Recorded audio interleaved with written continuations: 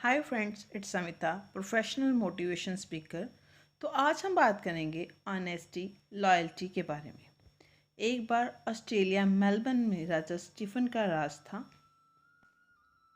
राजा Stephen के घर कोई औलाद नहीं थी और राजा इसी बात को लेकर हमेशा दुखी रहता था।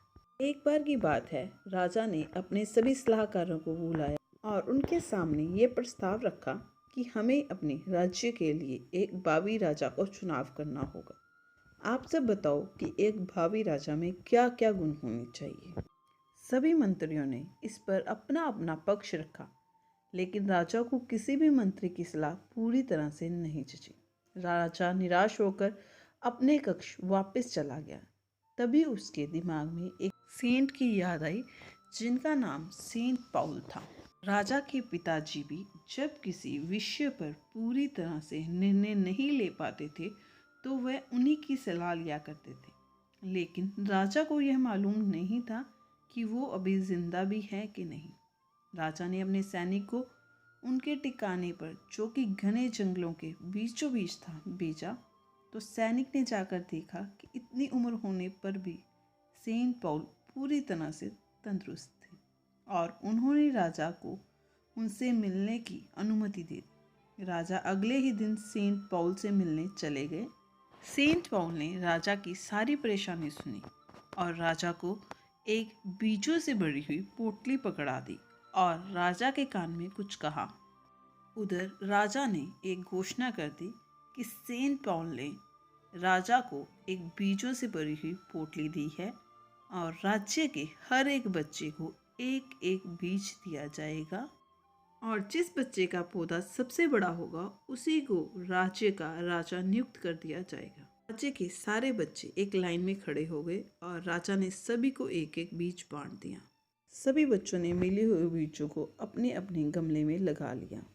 सभी बच्चों के पौधे धीरे धीरे बढ़ने लगे, लेकिन स्टीव के गमले का बीज अभी अंकुरित भी नहीं हुआ था। स्टीव नियमित रूप से गमले में पानी डालता, लेकिन दिन बीतते गए और धीरे धीरे 10 दिन बीत गए और स्टीव के गमले में पौधा अंकुरित नहीं हुआ।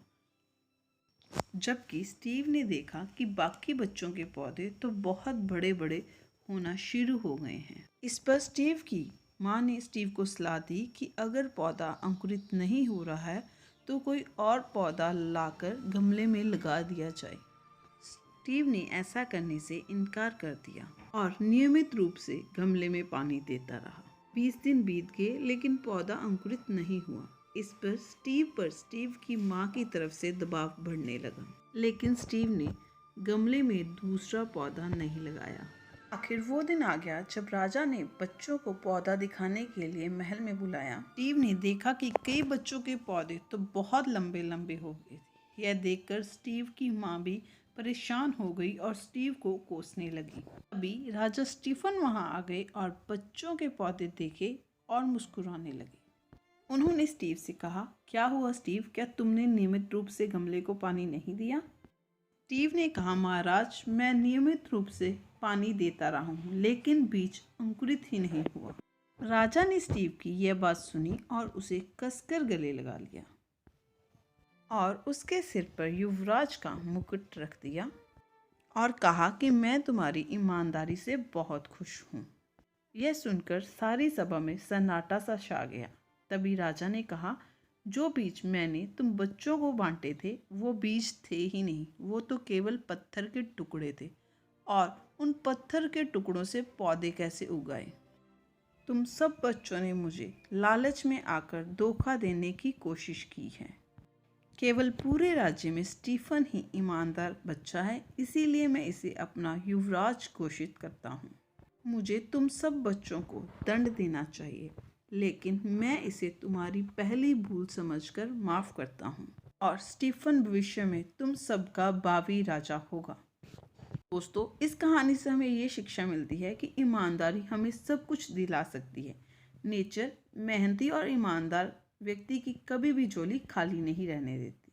आपको ये वीडियो कैसी लगी कमेंट सेक्शन में ज़रूर बताइएगा और इस वीडियो को लाइक और शेयर करें और हमारे चैनल को सब्सक्राइब करना मत भूलें। आप तक हर वीडियो की नोटिफिकेशन पहुंच सके, इसलिए बेल आइकन दबाना मत भूलिए।